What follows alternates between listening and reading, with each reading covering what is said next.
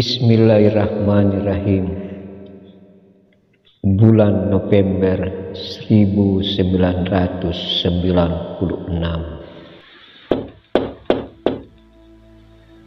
Aku tersadar dari tidur mendengar suara ketukan pintu. Aku memperbaiki kesadaran dan memperhatikan apakah aku tidak salah dengar.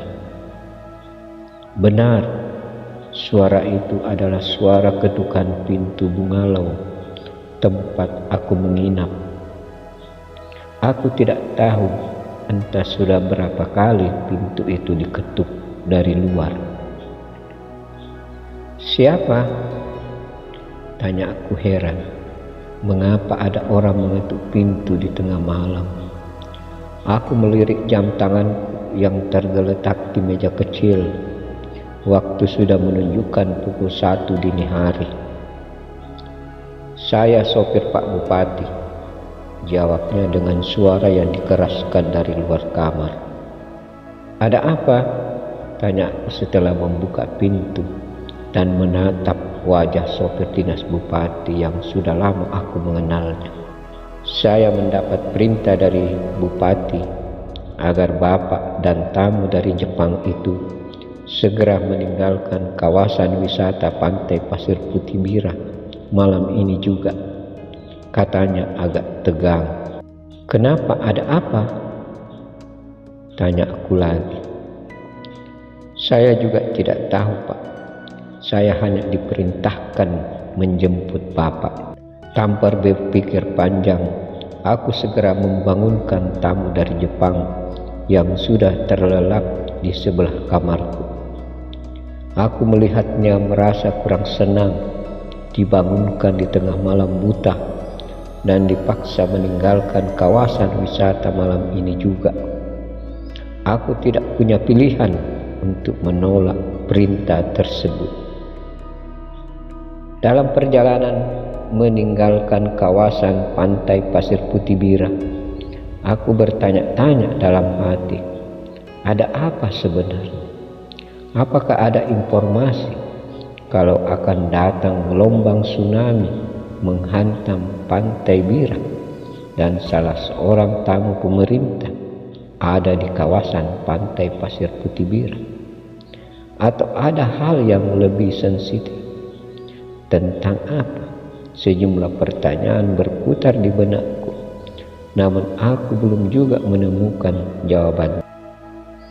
Tiba di ibu kota kabupaten, tamu dari Jepang itu diminta menginap di mes Pemda untuk melanjutkan tidurnya. Tugasku sebagai pemandu sudah selesai dini hari itu juga. Aku langsung pulang ke rumah yang berada di kota Bulukumba. Kehadiran tamu dari Jepang itu dimulai siang kemarin. Aku sementara mengetik press release di meja kerjaku di bagian humas kantor Bupati.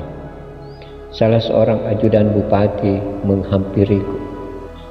Bapak dipanggil Pak Bupati, katanya pelan tapi jelas. Aku bergegas. Rupanya aku diminta untuk menemani sebagai guide seorang tamu pemerintah. Tugas tersebut perintah langsung dari Bupati kepadaku. Tamu itu datang langsung dari Jepang, ingin merasakan sensasi suasana kawasan Pantai Pasir Putih Bira yang sudah dipromosikan sampai ke luar negeri. Tamu itu bernama Anahito dan usianya sudah parubaya. Tingginya seperti kebanyakan pria Jepang dan berkacamata minus. Diantar mobil dinas, kami tiba di kawasan Pantai Pasir Putih Bira setelah matahari di atas ubun-ubun. Kami menempati bungalow yang sudah dipesan sebelumnya. Kamar Anahito bersebelahan kamarku. Di depan ada jalan menuju bibir pantai yang biasa digunakan wisatawan untuk menikmati matahari senja. Setelah matahari condong ke arah barat, Anahito meminta aku memandunya mengitari kawasan pantai Pasir Putih Bira. Mula-mula kami menuju ke arah pantai barat. Anahito menenteng sebuah kamera yang dilengkapi zoom, sehingga pemandangan yang agak jauh bisa ditarik menjadi close up. Setiap lokasi yang dinilai menarik dipotretnya sampai beberapa kali. Saat tengah berada di atas batu karang di bibir pantai, Anahito menunjuk ke sebuah bukit yang menjulang tinggi di arah timur. "Bukit apa itu?" tanyanya dalam bahasa Inggris. "Masyarakat di sini menyebutnya dengan nama Bukit Puak Janggo, Pak," jelasku. "Di puncak bukit itu ada makam, namun bukan makam Puak Janggo. Puak Janggo adalah salah seorang pemuka masyarakat dan pemimpin spiritual di sekitar desa Bira ini. Semasa hidupnya, Puak Janggo menjadikan bukit itu sebagai tempat kontemplasi dan selalu terlihat di bukit itu. Dengan alasan itu sehingga bukit itu diabadikan nama tokoh tersebut," tambahku.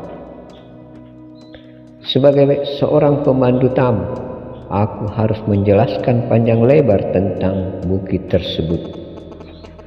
Pada masa pendudukan Jepang antara tahun 1942 sampai tahun 1945, tentara pendudukan Jepang menjadikan puncak Bukit Puak Janggo sebagai tempat pengintaian dan penghadangan pesawat-pesawat musuh.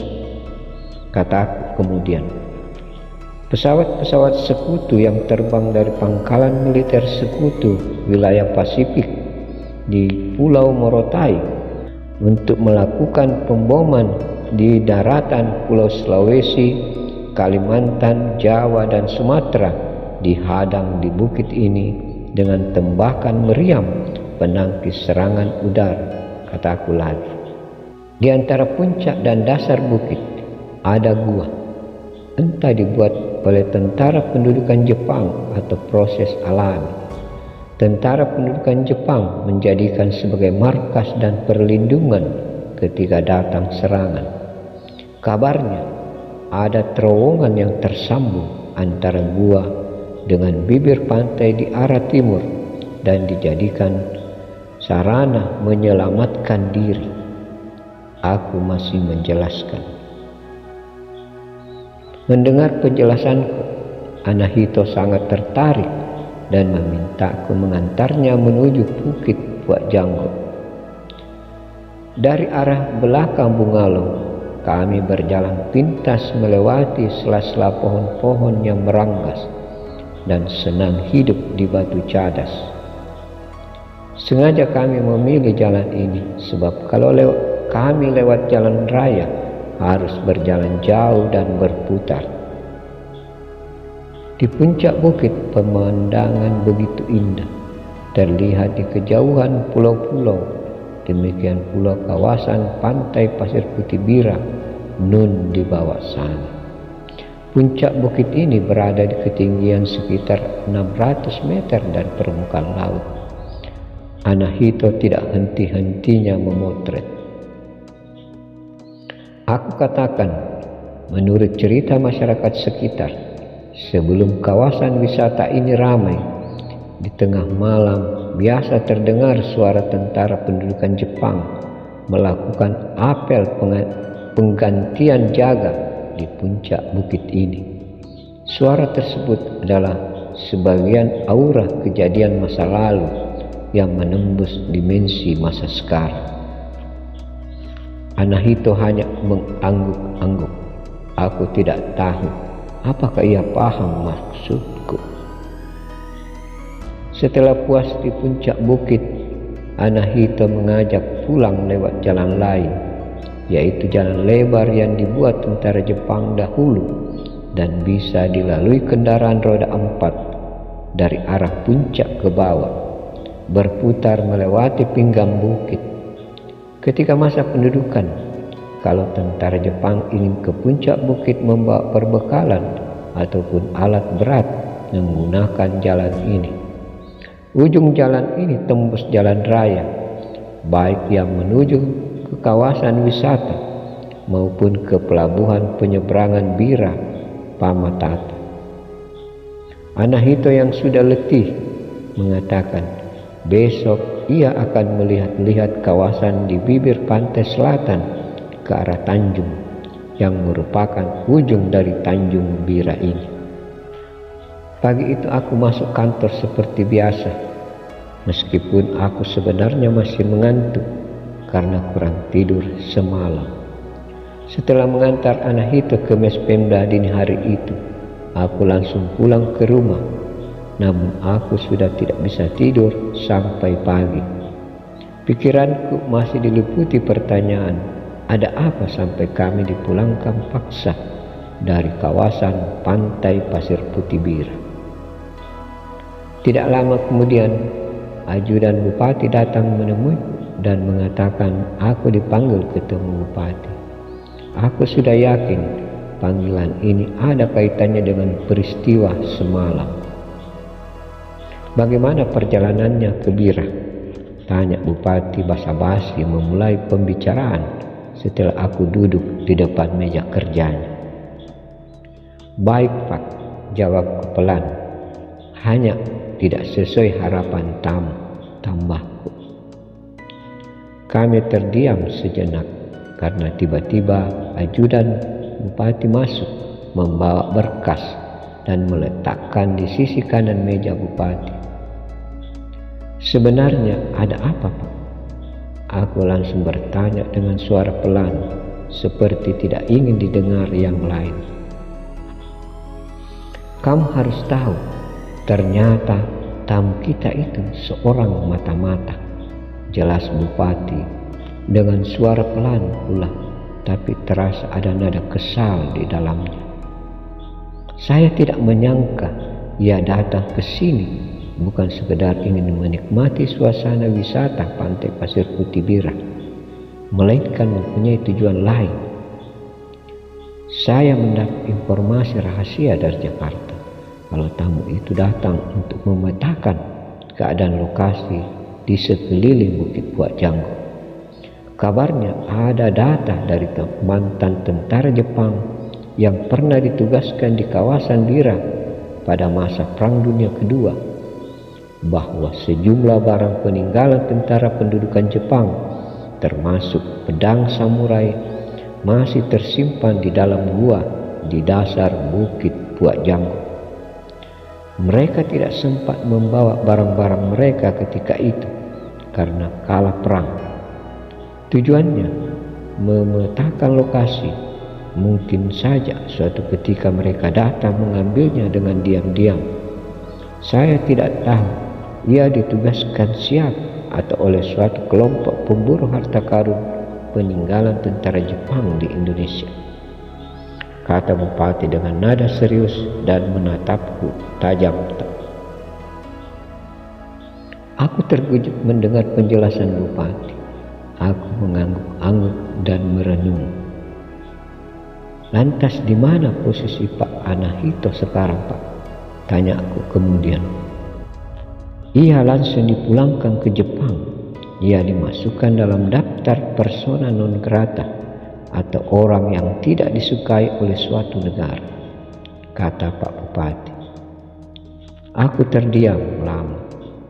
Berarti aku tidak mungkin ketemu lagi dengan Anahito, sahutku dalam hati. Kemudian aku minta pamit keluar ruang bupati. Di luar sudah menunggu sejumlah tamu. Mungkin ada di antaranya yang gemas melihatku karena aku terlalu lama di dalam. Sekian.